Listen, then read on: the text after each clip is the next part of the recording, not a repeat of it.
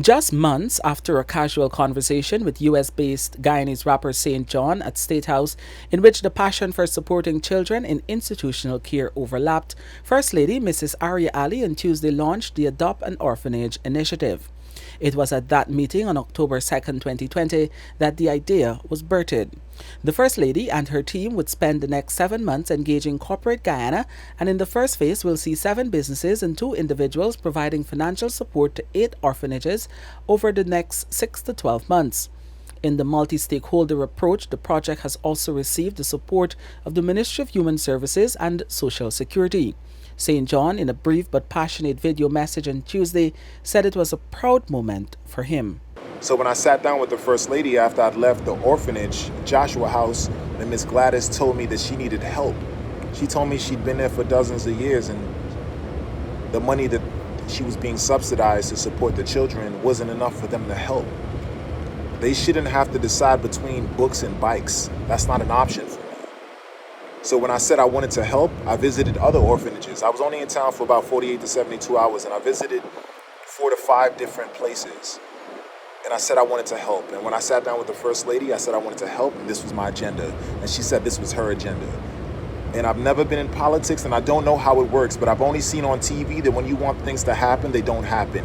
And this was the thing we wanted to happen, and it's happening. So I really just want to take time out to applaud and clap and throw my full support behind the Adopt-an-Orphanage initiative. It's incredible.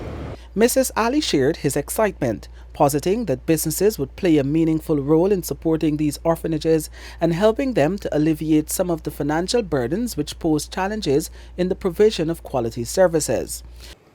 I digress to say that how these orphanages are able to remain functional when they are sometimes grossly underfunded remains a mystery to many of us, and I applaud their management teams for an exceptional work that they continue to do in the face of monumental challenges.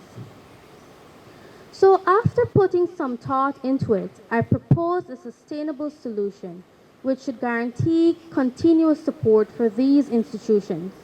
I discussed with my team the idea of using my office to create a link between these orphanages and corporate Guyana.